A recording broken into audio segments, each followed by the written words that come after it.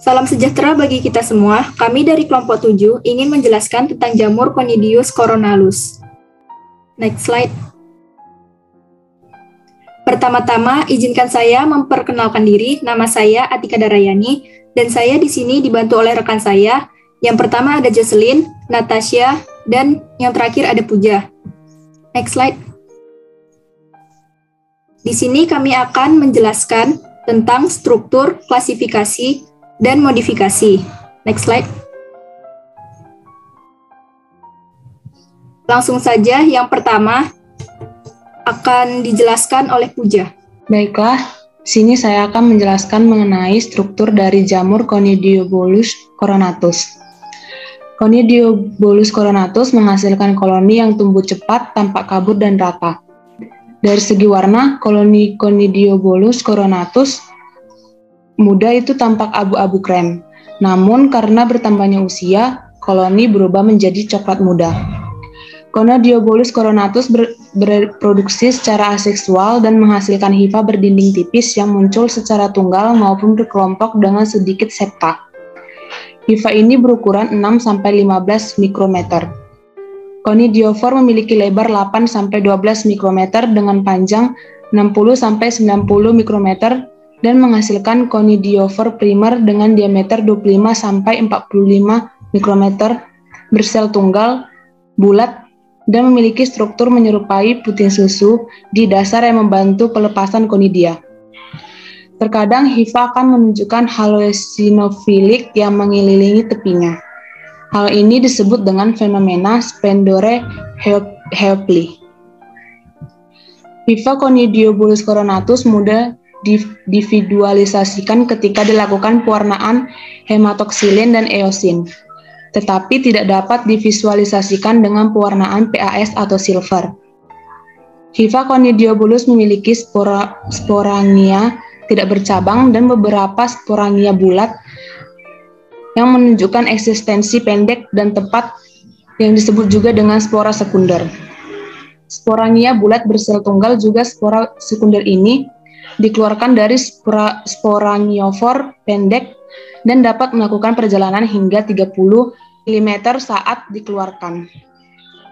Jika media tempat sporangia dan spora mendarat padat akan nutrisi, maka mereka akan berkecambah dan membentuk satu maupun lebih tabung hifa dan jamur akan melanjutkan perkembangan pertumbuhannya. Conidiobolus coronatus mempunyai penampilan yang halus, namun saat dewasa, spora secara bertahap akan ditutupi dengan rambut pendek yang menyerupai tonjolan, disebut juga dengan fili. Fili conidia memiliki panjang 10-15 mikrometer.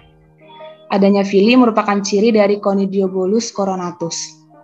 Baiklah, selanjutnya saya kembalikan kepada moderator. Baik, terima kasih kepada Puja. Next slide. Materi selanjutnya akan saya jelaskan sendiri. Di sini ada materi tentang klasifikasi. Bisa kita lihat klasifikasinya pada tabel. Jadi jamur ini diisolasikan dari Curtul agaricus camperis pada lebih dari 100 tahun yang lalu, yang bernama sebagai Bauderella corenata yang dijelaskan oleh Kosatin pada tahun 1897. Sejak saat itu telah diisolasikan kembali dari berbagai macam sumber. Kemudian juga sudah diberikan 7 nama yang berbeda dan memiliki 4 genus yang berbeda. Conidiobolus coronatus merupakan salah satu dari 2 spesies Conidius yang terdaftar oleh King, yaitu yang awalnya tidak dimasukkan dalam spesies Conidius. Kevorkian memindahkan spesies ini ke genus Entomoptora terutama karena kemampuannya menyerang serangga. Benko yang menawarkan untuk mentranspor Entomopora coronata ke genus Conidius bulus, Benzev dan Kenneth dan Balazi mengklasifikasikan patogen ini dengan subgenus Delacrosia sebagian besar didasarkan pada kemampuannya untuk menghasilkan mikrokonidia dari Conidium primer ataupun sekunder. Pada saat ini, spesies ini dianggap sebagai spesies yang kompleks dan variabilitas yang cukup besar atau keanekaragaman intraspesifik memerlukan studi rinci. Demikian penjelasan dari saya. Next slide. Slide selanjutnya akan dibacakan oleh Jocelyn dan Natasha. Selanjutnya saya akan menjelaskan tentang modifikasi dari Conidiobolus coronatus. Yang pertama adalah penyakit yang disebabkan oleh Conidiobolus coronatus. Next. Rhinofacial entomophthalmomycosis merupakan zigomycosis subkutan langka yang disebabkan oleh Conidiobolus coronatus. Agen ini umumnya mempengaruhi mukosa respiratori atas dan tisu subkutan yang berdekatan, menimbulkan reaksi granulomatosa di mana hifa dienkapsulasi dalam bahan eosinofilik amorf atau fenomena Spendor-Hopley. Fenomena ini biasanya bermanifestasi sebagai pengembangan nodul keras di jaringan subkutan wajah, hidung tersumbat, dan epistaksis. Secara mikroskopis, hifa menghasilkan banyak konidia uniseluler berinti banyak. Konidia berbentuk bulat dan besar dengan diameter 20 hingga 40 nanometer, mengikat konidiofor dengan tonjolan besar atau papila. Konidia ini menonjol dari hifa di bawah tekanan oleh cairan yang menumpuk di sepanjang membran basal papila. Dalam budaya yang lebih tua, karakteristik permukaan fili dari dinding konidia memungkinkan seseorang untuk membedakan Conidiobolus coronatus dari spesies Conidiobolus lainnya. Metode diagnosis laboratorium seperti tes imunodifusi untuk mendeteksi antibodi jarang digunakan, meskipun beberapa penelitian menunjukkan bahwa teknik tersebut memiliki sensitivitas dan spesifitas yang mendekati 100%. Next. Conidiobolomycosis sangat lazim di daerah tropis Afrika, Asia, dan Amerika Selatan, terutama di antara pria dewasa yang terlibat dalam aktivitas luar ruangan secara profesional. Jamur biasanya masuk ke dalam tubuh melalui inokulasi langsung dari trauma minimal pada kulit, biasanya pada wajah atau mukosa hidung. Berbeda dengan mukomycosis, Conidiobolomycosis tidak memiliki faktor klinis predisposisi yang dapat diidentifikasi, seperti penggunaan kortikosteroid atau antibiotik spektrum luas atau komorbiditas serius lainnya. Pasien yang menderita Conidiobolomycosis mengalami respons inflamasi granulomatosa pada jaringan subkutan, biasanya tanpa bukti kerusakan histologis, lisis tulang, atau angioinflasi. Perbedaan penting lainnya sehubungan dengan perubahan yang biasanya berkembang pada mukomycosis. Selanjutnya akan dijelaskan oleh teman saya, Natasha. Selanjutnya saya akan menjelaskan tentang patogenisitas Conidiobolus coronatus. Conidiobolus ditularkan melalui inhalasi spora jamur yang kemudian menyerang jaringan hidung, sinus paranasal, dan jaringan lunak wajah. Hal ini sering disertai dengan drainase dan obstruksi hidung serta nyeri sinus paranasal. Conidiobolomycosis sering terbatas pada daerah rhinofacial dan biasanya tidak menarik perhatian sampai terjadi pembengkakan pada bibir atas atau wajah. Pembengkakan tegas tidak nyeri dan perlahan-lahan dapat meluas ke jembatan hidung dan wajah atas dan bawah, termasuk orbit.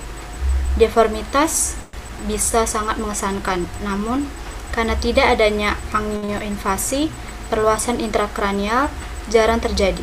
Diagnosis banding Conidiobolomycosis meliputi selulitis, rinokleroma, limfoma, dan sarkoma. Individu yang terkena biasanya imunokompeten, meskipun ada laporan bentuk invasif penyakit pada individu imunokompromis. Dalam kasus ini, organisme berperilaku seperti patogen oportunistik dan dapat menyebabkan endokarditis dengan penyebaran fatal yang luas. Conidiobolus coronatus ditemukan di seluruh dunia dalam bahan sayuran yang membusuk dan merupakan patogen yang diketahui dari berbagai arthropoda, termasuk serangga dan laba-laba. Ini juga telah dilaporkan dari saluran pencernaan kadal dan kodok. Diyakini bahwa rhinoentomophthalmomycosis diperoleh melalui inhalasi spora jamur yang tertanam di mukosa hidung atau dari trauma ringan seperti gigitan serangga. Sering mengorek hidung juga dapat menyebabkan trauma mukosa dan dengan demikian memberikan jalan masuk ke konidia. Sebagian besar orang yang terinfeksi diketahui terlibat dalam pekerjaan pertanian atau di luar ruangan. Selanjutnya, Jocelyn. Cara mendeteksi penyakit yang disebabkan oleh Conidiobolus coronatus. Diagnosis konidiobulomikosis biasanya tidak rumit jika dilakukan otopsi pada kulit dan lesi mukosa yang menunjukkan aspek aktivitas penyakit. Pada bagian jaringan alergi biopsi ini diwarnai dengan PAS atau growth. HIV dengan ketebalan bervariasi, kadang-kadang dengan dinding kaku diamati di area nekrosis sentral yang dikelilingi oleh infiltrasi eosinofilik. Temuan ini merupakan fenomena khas yang terkait dengan konidiobulomikosis yang disebut Splendor-Hopkins.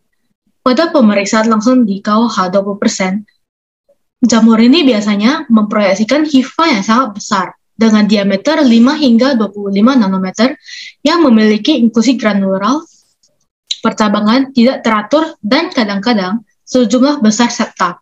Kehadiran pori-pori tidak terlihat secara rutin pada mikroskop cahaya. Spesimen yang lebih disukai untuk diagnosis adalah biopsi daripada nanah, karena kemungkinan preparasi dan kultur kalium hidroksida positif lebih baik dengan spesimen jaringan. Diagnosis penyakit ini tetap sulit dan mungkin awalnya terlewatkan. Jamur mungkin jarang di bagian jaringan dan jika ada, sering terfragmentasi. Selain itu, HIV lokal dapat muncul hanya di bagian spesimen. Ditambah lagi, elemen jamur tidak terlalu terwarnai dengan H dan E dan tidak ditunjukkan dengan baik dengan noda jaringan spesifik jamur seperti asam periodic shift. Pemeriksaan preparat pemasangan basah pewarna fluoresen atau blankofor di bawah mikroskop fluoresen meningkatkan sensitivitas diagnosis. Terlepas dari gambaran klinis yang khas, penyakit ini memerlukan biopsi untuk diagnosis. Gambaran histopatologinya sama untuk Basidiobulus dan Conidiobulus dan ditandai oleh hifa zigomikotik yang khas, sering dikelilingi oleh material Splendor-Hopkins eosinofilik. Organisme juga dapat dibiarkan pada media mikologi rutin, demonstrasi HIV jamur pada histopatologi, dan konfirmasi dengan metode kultur dan molekuler memastikan diagnosis. Selanjutnya akan dilanjutkan oleh teman saya, Natasha. Selanjutnya ada cara mengobati penyakit yang dihasilkan Conidiobulus coronatus. Secara umum, perawatan untuk entomoptoramikosis biasanya secara medis dan bedah. Terapi anti jamur sistematik jangka panjang yang digabungkan dengan debridement bedah adalah pengobatan utama. Kalium iodida, cotrimoxazole, amphotericin B, imidazole, oksigen hiperbarik, dan kombinasi dari agen-agen ini semuanya telah digunakan dengan berbagai keberhasilan. Namun, pengobatan dengan kalium iodida dan senyawa azol cincin heterosiklik nitrogen khususnya intraconazole dianggap sebagai dasar. Peran azol yang lebih baru, misalnya posaconazole, dalam pengobatan entomoptoramikosis belum diketahui karena organisme menunjukkan resistensi relatif terhadap anti jamur. Dosis yang lebih tinggi dari biasanya diperlukan untuk pengobatan yang efektif dan terapi harian yang berkepanjangan selama berbulan-bulan biasanya dianjurkan. Saya kembalikan ke moderator. Baik, terima kasih kepada Jocelyn dan juga Natasha. Di sini kami mencantumkan daftar pustaka sebagai sumber dari materi kami hari ini. Mungkin itu saja, sekian dari penjelasan kami. Mohon maaf apabila ada kesalahan kata maupun materi dalam PPT kami. Kami ucapkan terima kasih.